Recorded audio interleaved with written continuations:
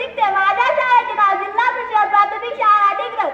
अध्यक्ष महाशय, पूज्य गुरुजन वर्ग व इथे जमलेले पालक व माझ्या भाग मित्रांनो, आज मी आपल्या समोर 15 ऑगस्ट निमित्त जे 4 शब्द सांगणार ते तुम्ही शांत चित्ताने ऐकून घ्यावे ही माझी नम्र विनंती.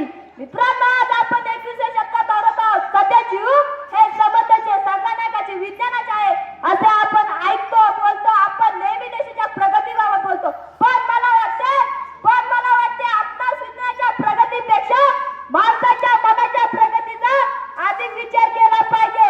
आजकाल आपणास घरात एकामेकांशी बोलायला वेळ नाही. जेवण करताना सुद्धा समोर 2 बायकाचा नवरा मालिका समोर सुरू असते. आपल्या मुलांपेक्षा आई वडिलांपेक्षा अधिक महत्वाचे मोबाईल टीव्ही वाटते. कोणालाच कोणाविषयी जीवाला वाटे ना असा झाला आहे. आपली भान कठीण जगाची बनत आहे. आज मुलगा आईला 4 पैशासाठी मारत आहे. नात्याचा विचार सर्वांनाच पडतो. आज सर्वजण स्वतःसाठी जगण्याचा प्रयत्न करीत आहेत. 21व्या शतकात संशोधन नक्की चालेल, पण समाधान घडेल.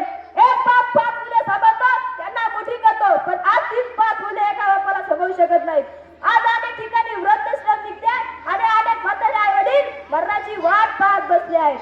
वडिलांच्या शब्दाखातर 12 वर्ष वनजंगल या श्रीरामास आपण विसरलाय. कुठे रामा, कुठे भक्त कुठली विसरला आपण त्यांना. पण आजही वेळ आली. शिवाजी महाराज, छत्रपती संभाजी महाराज यांच्या कथा आपल्या घरात सांगा, कारण सृष्टीचा नियमच आहे, जे पेरल ते उगेल. आपला मुलगा डॉक्टर, इंजिनियर, वकील होण्या अगोदर चांगला माणूस बना हे ध्येय ठेवा. सुखी जीवन जगण्यासाठीच पैसे कमवा, पण पैसे कमवण्यासाठीच जगू नका. नेहमी दुसऱ्यांना मोठे करा. तुम्ही कधी मोठे झाला तर तुम्हाला कळणार सुद्धा नाही. नेहमी आपल्या आईवडिलांचा आदर ठेवा. सर्वांशी प्रेमाने वागा, कारण विसरू नको रे आई बापाला जिजाईली त्यांनी काया. विसरू नको रे आई बापाला जिजाईली त्यांनी काया. काय जिजूनी तुझ्या शिरावर धरली सुखाची छाया वेड्या. मिळणार नाही तुला आई बापाची माया, मिळणार नाही तुला आई बापाची माया. आपण माझी बडबड ऐकून घेतली. माझं काय चुकलं असेल तर माफ करा. संयोजकांनी मला बोलण्याची संधी दिली, मी आपले आभारी आहे. बोला भारतीय स्वातंत्र्य दिनाचं